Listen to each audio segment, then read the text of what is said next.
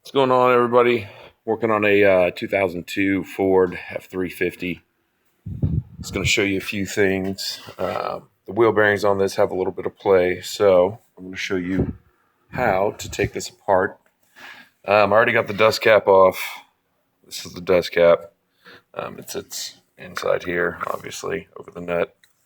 And how I got it off was I have this little hooked pry bar. I basically came in from the side and kind of worked it out, like that. It was impossible to actually get it in and hook it, so did that, got it loose. Once you get it off and you see inside there's a cotter pin with a king nut and a little cover. So I'm going to remove that and I'll show you what to do next. Okay, so the wheel's been removed. 21 millimeter lug nuts. Take all 8 of those off, and then you'll get access to the nut. Just in case any of you want to see what it looks like. That is the crown cover, and there's your cotter pin. I use a long set of needle nose pliers, basically to get the pin out and pull the cover off.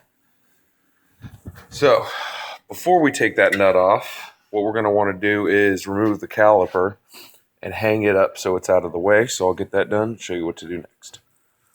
Okay, so we got the caliper removed. Here it is. There's two 21 millimeter bolts on the back side. I just take those out and I run a super tight bungee and basically just hang it out of the way. And now we'll move on to removing that nut. I'll get that out and show you what to do next. Okay, so it's a 27 millimeter bolt. What you're actually looking at there is the front bearing. Once you remove the 27 millimeter, there's a washer behind it. Make sure you take that off. Be careful. Depending on how much of a slope it has, this could slide right out. So I'm going to pull the rotor off and I'll show you what to do next. Okay, so I removed the rotor. This is the spline. You're covering the rear. You want to get all that cleaned up. Once I pulled the rotor off, the front bearing came out. That's what the inside of it looks. Now it's one piece. I'll flip it over. I'm not reusing these, so I'm not too worried about how they look. Here's the rear bearing. Basically, what we're going to do is put this back on and slam the rear bearing out. But since we're not going to replace it, I'm not really too worried about it. I'm actually just going to put new dust cover bearings and clean the shaft, grease it, and reinstall. So it's just a reverse procedure, but I will show you how to do that.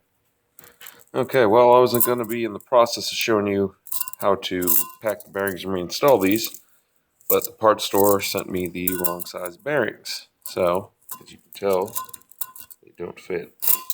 But this is the front bearing. This one actually does fit.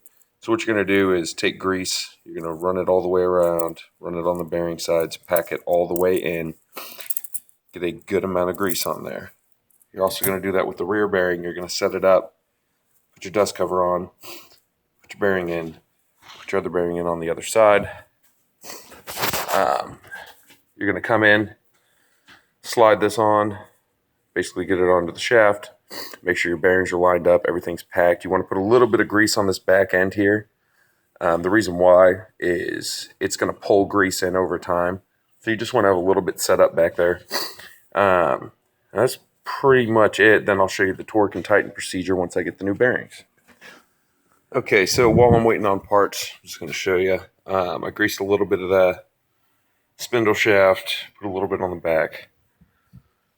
Also, I add just a little bit of grease inside on the race and on the edge of the race. Then I went ahead and packed the bearing already. What you want to do is get it on the inside of this lip here. Kind of get it in there. Also around the bearing and on the front side of the bearing. Once you have that in there, slip your finger in, rotate it, and that'll get it ready for when you install it. So I'm still waiting on my rear bearing, and then I'll pack that, put the dust cover on, and I'll show you how to reinstall it.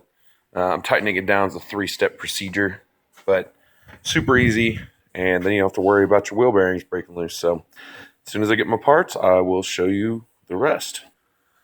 All right, everybody, so that's what the inner bearing is going to look like once you have it all greased up and packed.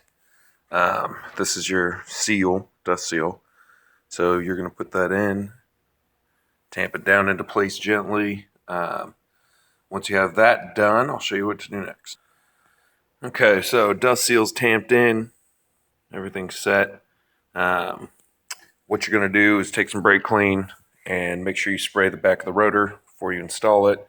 If you're installing new rotors, just to get that coating off of it. Okay, so now we have the hub on. We're going to go in this order. We're going to install the wheel bearing, the front. Make sure it's cone side down, then your washer, then your nut. I'll show you what to do after that. Okay, so now you should have your new bearings in place. Everything should be installed. That's what it should look like. You should have your front bearing, then your washer, then your nut. The procedure for this, as far as tightening, I will show you. Let me get the torque wrench out, and we'll go from there. Okay, so on the first pass, once you have the nut there, it's 27 millimeter. I like to take my torque wrench. I'm going to torque this to 10 foot-pounds of torque, and then stop, rotate, and then I'll show you what to do next. Okay, so I have torqued the nut to 10 foot-pounds of torque. You're just going to wheel it, move it a few times. The goal here is to get the bearings set, get the preload correct. So 10, move it a few times, and I'll show you what to do next. Okay, so once you do that, your next part you're going to do is set your torque wrench to 21 foot-pounds of torque. And as you're spinning this, torque it to 21, and then back it off a half a turn.